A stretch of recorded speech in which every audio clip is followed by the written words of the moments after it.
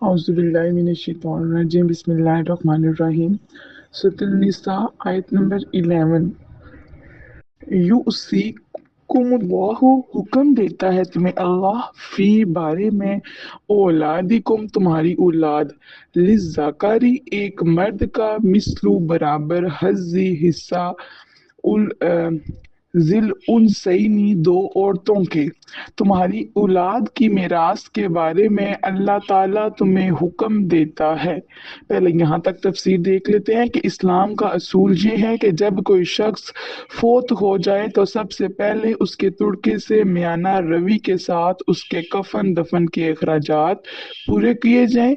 इसके बाद उसका कर्ज अदा किया जाए। अगर बीवी का मेहर अदा नहीं हुआ तो ये भी खामन पर फर्ज है और उसे कर्ज की तरह तकसीम विरासत से पहले अदा किया जाए।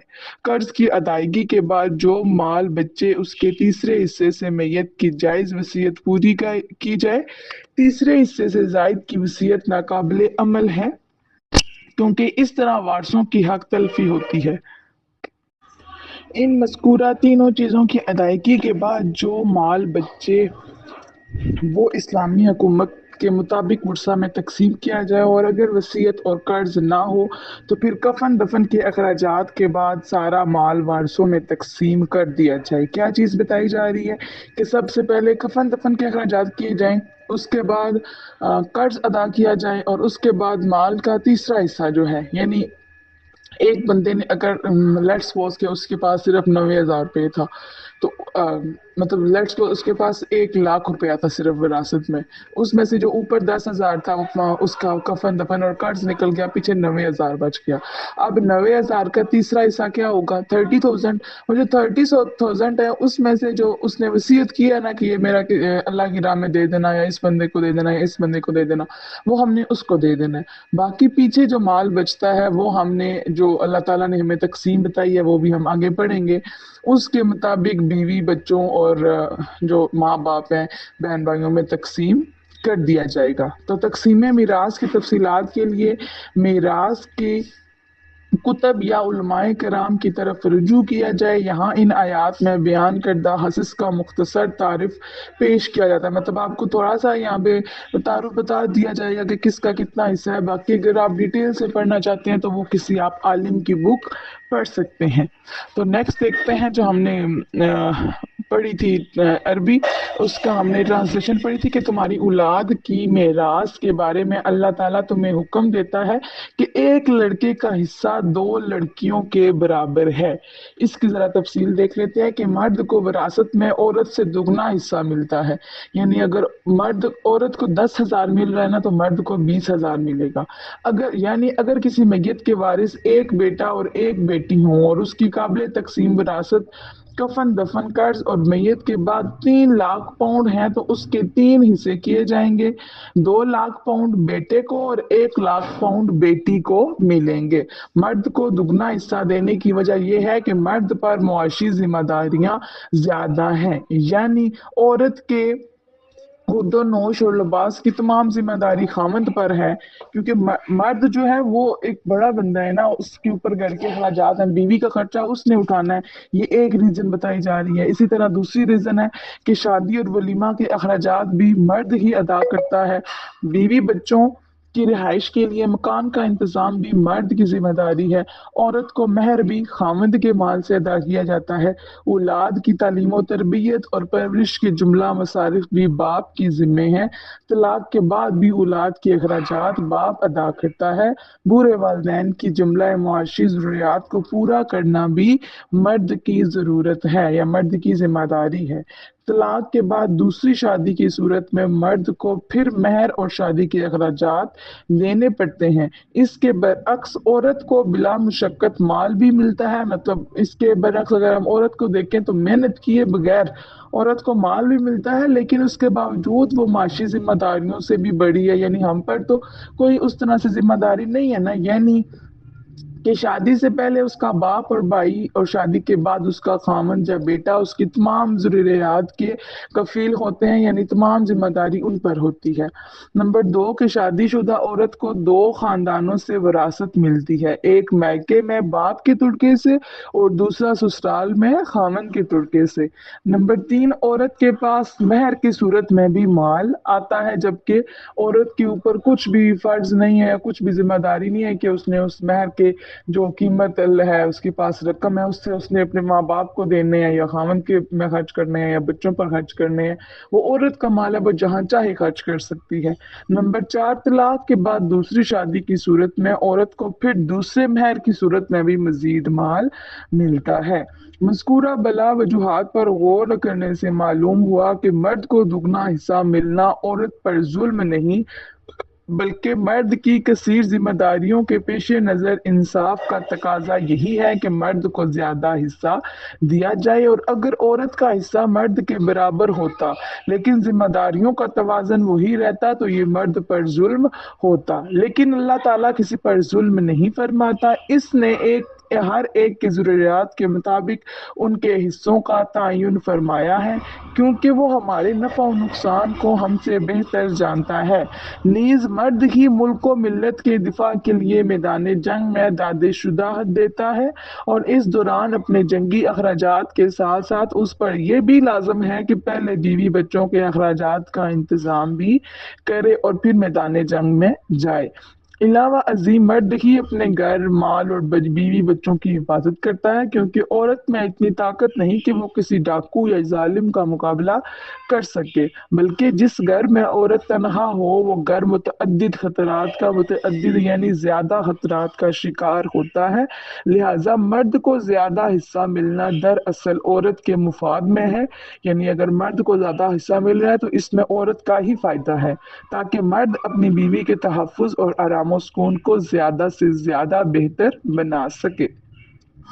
عورت ماں ہو یا بیٹی، بیوی ہو یا بہن، ہر لحاظ سے اس کو وراثت میں حصہ ملتا ہے۔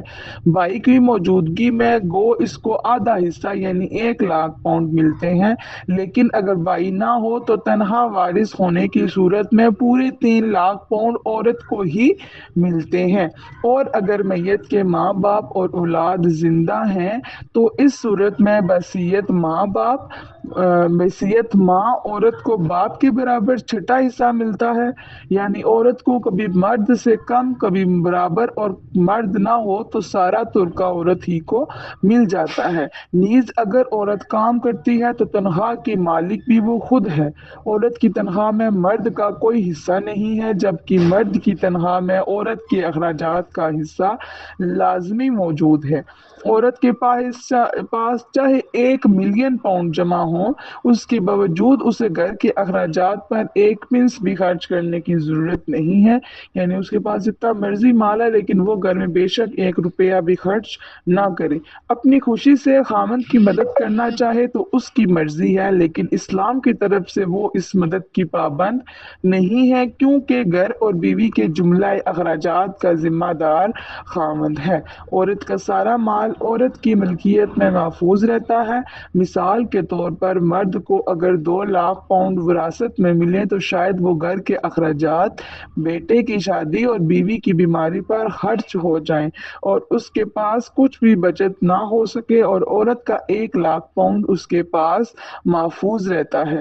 غور سے دیکھا جائے تو آخرکار عورت کے پاس زیادہ بچت ہوتی ہے جس کو وہ کسی بھی مشکل وقت میں استعمال کر سکتی ہے۔ تو اسلام نے حصص کی جو تقسیم کی ہے وہ اس میں عورت کے مفاد کو پوری طرح ملحوظ خاطر رکھا گیا، یعنی اسلام میں جو وراثت کی حصوں کی جو تقسیم ہمیں بتائی گئی ہے اس میں عورت کو پورے طور پر اس کا بھی فائدہ دیکھا گیا ہے۔ ایسا نہیں ہے کہ اگر عورت کو 1 حصہ ملا اور مرد کو اس کے مطابق 2 حصے ملے ہیں تو اس میں عورت پر کسی قسم کا ظلم نہیں کیا جا رہا، کیوں؟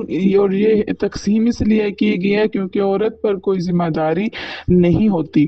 اسلام نے مرد اور عورت کے حقوق و فرائض اور عزت و احترام میں جو توازن رکھا ہے اس پر اگر پوری طرح عمل کیا جائے تو کسی کو کسی سے کوئی شکوہ نہیں رہتا۔ حضرت عائشہ رضی اللہ تعالیٰ عنہا نے नबी करीम सल्लल्लाहु ताला अलैहि वआलैहि वसल्लम से पूछा, औरत पर सबसे ज्यादा हक किसका है? आप सल्लल्लाहु अलैहि वसल्लम ने फरमाया, उसके खामन का। फिर पूछा, मर्द पर सबसे ज्यादा हक किसका है? तो आप सल्लल्लाहु अलैहि वसल्लम ने फरमाया, उसकी माँ का। एक तरफ बीवी को पाबंद किया जा रहा है कि तेरे ऊपर सबसे ज्यादा हक तेरे खामद का है, और दूसरी तरफ मर्द को पाबंद किया जा रहा है कि तेरे ऊपर सबसे ज्यादा हक तेरी माँ का है। यानी औरत बीवी की सूरत में खामद की खादम है और माँ की सूरत में बेटा उसका खादम है। औरत और मर्द दोनों एक तरफ खादम है तो दूसरी तरफ मखदूम भी है। सुबहान अल्लाह, क्या हसीन तवाज़न है। ठीक है, खादम खिदमत करने वाला और मखदूम जिसकी खिदमत की जाए। उम्मीद है आपको यहाँ तक समझ आ गई होगी। नेक्स्ट देखते हैं हम ट्रांसलेशन। आयत नंबर 11 की फर्स्ट पार्ट हमने देख लिया था, उसी के नेक्स्ट देखते हैं। फ़इन, फिर अगर कुन ना हो निसाअन, सिर्फ लड़कियां, फ़ौका ज़्यादा, असनतैनी, दो से, फलाहुन्ना, तो उनके लिए सुलासा मा तारा का, दो ताही जो उसने छोड़ा। फिर अगर सिर्फ लड़कियां दो या दो से जायद हों तो उनके लिए मैयत के कुल तुर्के का दो तिहाई हिस्सा है। यहाँ तक पहले तफसीर देख लेते हैं कि मैयत की औलाद नरीना ना होने की सूरत में अगर उसकी सिर्फ एक लड़की हो तो उसे विरासत से आधा हिस्सा मिलेगा। ठीक है, अगर जो बंदा फोत हुआ है उसकी औलाद नरीना ना होने की सूरत में अगर सिर्फ उसकी एक ही लड़की है तो उसको विरासत से कितना हिस्सा मिलेगा? आधा। यानी 3 लाख पाउंड में से 1.5 लाख पाउंड लड़की को मिलेंगे और बकिया 1.5 लाख पाउंड दूसरे वारसों में तकसीम होगा। और अगर दो या दो से ज्यादा लड़कियां हों तो उन्हें दो तिहाई यानी 3 लाख पाउंड में से 2 लाख पाउंड मिलेंगे जो सब लड़कियों में तकसीम होंगे। यानी टोटल जितना आपका उसका विरासत होगी उसका जो दो तिहाई हिस्सा है, यानी एक हिस्से को छोड़कर जो दो हिस्से होंगे। यानी आप ऐसे भी समझ सकते हैं कि अगर 90,000 टोटल है तो 60,000, ठीक है, दो तिहाई हिस्सा जो है वो सब लड़कियों में तकसीम कर दिया जाएगा। और बकिया एक, जैसे आपको यहाँ पे 3 पाउंड की मिसाल दी जाए तो 3 पाउंड में से दो तिहाई, दो हिस्से कितने हो जाएंगे? 2 लाख पाउंड वो जितनी भी लड़कियां हैं उनमें तकसीम कर दिया जाएगा और जो 1 लाख पाउंड दूसरे वारसों में तकसीम होगा। और अगर कोई और वारिस ना हो तो सारा तुर्का एक लड़की या सब लड़कियों को ही दे दिया जाएगा। ये तब बताया जा रहा है कि अगर औलाद में लड़का नहीं है, सिर्फ उसकी बेटियां ही हैं, तो बेटियों को फिर दो तिहाई हिस्सा बेटियों में तकसीम कर दिया जाएगा और एक तिहाई हिस्सा बाकी वारसों में तकसीम कर दिया जाएगा। और अगर बाकी वारिस नहीं है, मतलब उसकी माँ नहीं है, उसका बाप नहीं है, उसकी बीवी नहीं है, कोई भी उसके और वारिस है ही नहीं, तो फिर सारा ही हिस्सा किसको मिल जाएगा? बीवी को मिल जाएगा, सॉरी बेटी को मिल जाएगा। नेक्स्ट देखते हैं जी। वाइन, और अगर कानत हो वाहिदतन, एक ही लड़की, फलाहा, तो उसके लिए निस्फु, निस्फ। और अगर एक ही लड़की हो तो उसके कुल तुर्के का निस्फ है। वाली अबा वही, और उसके माँ बाप के लिए लुकुल्ली वाहिदिन, हर एक को, मिनहुमा, इन दोनों में से, सुदुसु, छठा हिस्सा, मिम्मा, इससे जो तरह का वो छोड़ गया। इन इनका ना बशर्तिया हो लहू वलदुन, उसकी औलाद, अगर मैयत की औलाद हो तो उसके तुड़के से उसके माँ बाप में से हर एक को छठा हिस्सा मिलेगा। पहले ऊपर बताया जा रहा है कि अगर वो जो अगर एक से ज्यादा लड़कियां हैं, एक मर्द की जो औलाद है वो बेटा नहीं है और उसकी अगर एक ही बेटी है तो आधा हिस्सा बेटी को मिल जाएगा, बाकी हिस्सा जो है आधा वो बाकी वारसों में तकसीम होगा। अगर एक से ज्यादा बेटियां हैं तो फिर क्या होगा कि जो दो तिहाई हिस्सा है, यानी 3 लाख में से 2 लाख पाउंड, जितनी भी बेटियां हैं, दो बेटियां हैं तो दोनों में तकसीम हो जाएगा, दो से ज्यादा है तो उनमें इक्वल डिस्ट्रीब्यूट कर दिया जाएगा और जो एक हिस्सा रह जाएगा वो बाकी वारसों में तकसीम किया जाएगा। अब बताया जा रहा है कि अगर बंदे की औलाद भी है और उसके माँ बाप भी हैं तो फिर क्या होगा कि माँ बाप को छठा हिस्सा मिलेगा। इसकी तफसील पर भी देख लेते हैं कि यहाँ पर मैयत के माँ बाप की 3 सूरतें बयान की गई हैं। पहली सूरत यह है कि मैयत के माँ बाप और औलाद दोनों जिंदा हों, तो माँ बाप में से हर एक को छठा हिस्सा मिलेगा, यानी 3 लाख पाउंड में से 50,000 पाउंड माँ को और 50,000 पाउंड बाप को मिलेंगे, और बकिया 2 लाख पाउंड हस्बे कायदा औलाद में तकसीम होंगे। नंबर 2, मैयत के माँ बाप के अलावा कोई और वारिस जिंदा ना हो तो माँ को तीसरा हिस्सा और बाप को 2/3 हिस्से मिलेंगे, यानी 3 लाख में से 3 लाख पाउंड में से माँ को 1 लाख पाउंड तीसरा हिस्सा और बाप को 2/3 यानी 2 लाख पाउंड मिलेंगे। नंबर 3, मैयत के माँ बाप के अलावा अगर किसी उसके भाई बहन भी जिंदा हैं तो माँ को छठा हिस्सा मिलेगा, यानी 3 लाख पाउंड में से 50,000 माँ को दिए जाएंगे और बकिया 2,50,000 पाउंड बाप को दिए जाएंगे। उम्मीद है आपको यहाँ तक समझ आ गई होगी। फिर भी अगर कोई चीज़ आपको कंफ्यूज करती है तो आप इस मैसेज को एक दफ़ा पीछे करके दोबारा सुन लीजिएगा, तो आपको ये तकसीम दोबारा से समझ आ जाएगी। हमने 3 अभी पढ़ी हैं कि अगर माँ बाप और औलाद दोनों जिंदा हैं तो फिर माँ को भी छठा हिस्सा मिलेगा और बाप को भी छठा हिस्सा मिलेगा। दूसरा हमने पढ़ा कि अगर मैयत के माँ बाप के अलावा कोई और वारिस जिंदा नहीं है तो फिर माँ को तीसरा हिस्सा मिलेगा और बाप को 2/3 हिस्से मिलेंगे।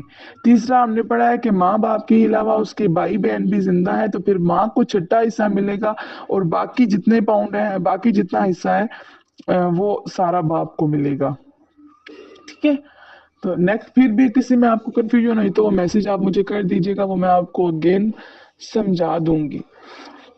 फ़ाइन और अगर लम यकुन ना हो लहू वलदुन उसकी औलाद ववारिसा हो और उसके वारिस अबावाहु माँ बाप फली उम्मी ही तो उसकी माँ का असुलुसु तीसरा हिस्सा। फ़ाइन और अगर काना लहू उसके हों इख्वातुन बहन भाई फली उम्मी ही तो उसकी माँ का असुदुसु छठा हिस्सा मिन से बादी बाद वसीयतिन वसीयत की यूसी जो उसने बिहा जो उसने की औदैनिन और कर्ज आबाउकुम तुम्हारे बाप अबनाउकुम और तुम्हारे बेटे ला तदरूना तुम नहीं जानते अय्युहुम कौन इनमें से अकरबु ज्यादा करीब है लकुम तुम्हारे नफ़अन नफ़ा पहुंचाने में। फरीदतन ये हिस्से मुकर्रर मिनल्लाहि अल्लाह की तरफ से इन्नल्लाह बेशक अल्लाह ताला काना है अलीमन जानने वाला हकीमन बड़ा दाना। और अगर मैयत की औलाद ना हो और उसके वारिस सिर्फ माँ बाप ही हों तो उसकी माँ का तीसरा हिस्सा है, बाकी सब बाप का है। और अगर मैयत के बहन भाई भी हों तो माँ का छठा हिस्सा है।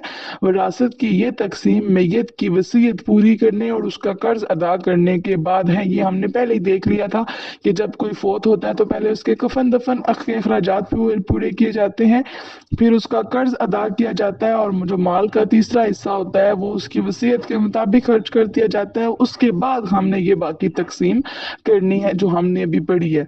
तुम नहीं जानते कि तुम्हारे बाप और तुम्हारे बेटों में से तुमको नफा पहुंचाने के एतबार से कौन तुम्हारे ज्यादा करीब है। ये हिस्से अल्लाह ताला की तरफ से मुकर्रर किए हुए हैं, बेशक अल्लाह ताला खूब जानने वाला बड़ा दाना है, यानी बड़ा हिकमत वाला है। उम्मीद है आपको यहाँ तक समझ आ गई होगी। बाकी आपकी तरफ से कोई सवाल हो तो वो आप मुझसे पूछ सकते हैं। वमा अलैना इल्लल बलागुल मुबीन।